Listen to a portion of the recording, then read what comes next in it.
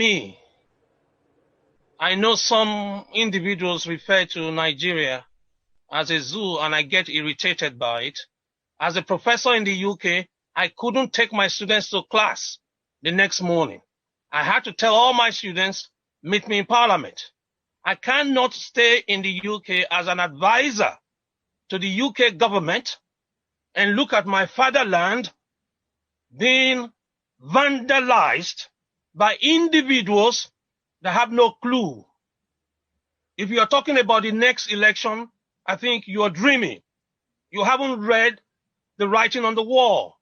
We live in a hashtag generation, not an Ali must go generation. This is the post-George Floyd era. Smell the coffee and wake up.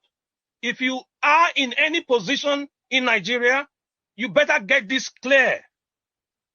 This is a new generation. That's why I had to go with my students to the embassy. From there, we marched on to the Prime Minister's residence and informed him that you don't use live ammunition under any circumstances on any other person that is unarmed. That is number one rule. Before they gave you the gun, they told you, you use it when somebody else has a gun. But these children did not have guns. They had flags. Thanks to social media, we have verifiable videos and pictures from Lekki. I would have kept maybe a deaf ear if it just continued peacefully. But because you fired live ammunition, you know it's wrong. We don't need a new agenda in Nigeria, by the way. What the youths want are schools, hospitals, better pay for workers. That is not rocket science. This is a global community. If you think that somebody is Yoruba by any way, or Hausa or Igbo, there's something wrong with your brain. The world does not recognize your little tribal distraction. They're showing photographs of looters, and the prime ministers were trying to show us that they are looters. I said, sir, they are not looters. These are hungry men and women. The real looters, they loot treasury. And the government of the UK, we told them they have to publish the names and account numbers of every single politician in power right now. All their accounts have to be frozen until there is an independent investigation of who shot who at what time. Not the presidential address that came. That's an insult to me, insult to every single investment Nigeria made on my education.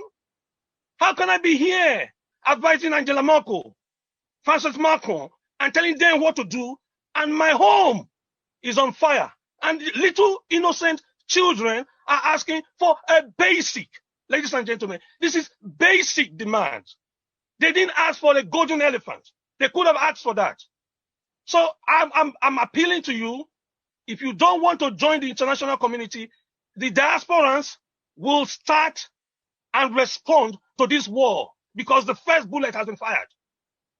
You don't call bullets to the street and then lie that nobody got hurt and then lie that nobody got killed. Who do you think you're fooling? This is a hashtag generation, and this hashtag generation speak a different language, work by a different set of rules. Ask Macron with the yellow vest. Ask Biden. Ask Trump. Nigeria is no exception. We have enough tools called mobile phone. We have enough technology. The children have not even asked for broadband. It's their right to have broadband. Go to Lome, there's broadband. Go to Ghana, there's broadband. The entire West African coast. How can the giant of Africa behave like an ant? I'm saddened to tears that we can discuss and debate whether there is a president or no president. Prove it. Did Nambi also ask them to shoot with the Fulani killings? We've seen enough. Did anybody tell us about herdsmen? Did anybody tell us about Boko Haram? Come on. The world is not asleep. Nigeria may be asleep. My generation that failed Nigeria may be asleep. But these children are going to shake the house until everything is shaken and a new Nigeria will emerge. not based on your disturbing constitution that can be manipulated by anybody that can spread money. Your money will not be able to save you because wisdom is bigger than wealth. The information that these children have, you don't know it because none of you understand the power of a mobile phone. Nobody in Nigeria understands what a mobile phone is. The mobile phone that those children have is more powerful than the computing power that NASA had that put a man on the moon. Did you know that? I worked it out. I teach it. I teach informatics.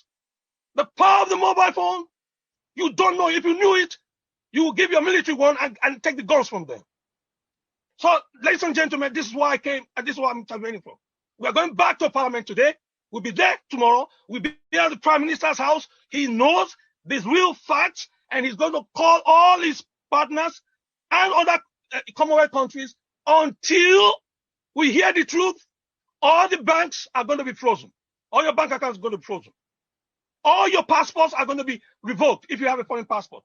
All your visas are going to be revoked. We have made that clear, and we are going back to Parliament, and we keep saying this, and they're going to take us seriously because they've used us in the past to build this nation, to have their health service. We have now to use them to build our fatherland. It can't be left desolate. I thank you for your opinion, and I thank you for your audience. God bless. The federal. This is to our governor, Babajide Sanwo-Olu. You have two options. Number one, resign in order to appease to the rage of the people. Or number two, do the following as follows. Number one, give the youth a date for the panel of meeting you talked about on Arise News this morning. Just in case anybody is afraid, I nominate myself. This meeting is going to be held live for all to see for transparency. Number two, sir, admit that lives were lost at the Lekki peaceful protests. We all saw the videos of lifeless bodies lying down. We saw it. Take responsibility now, sir.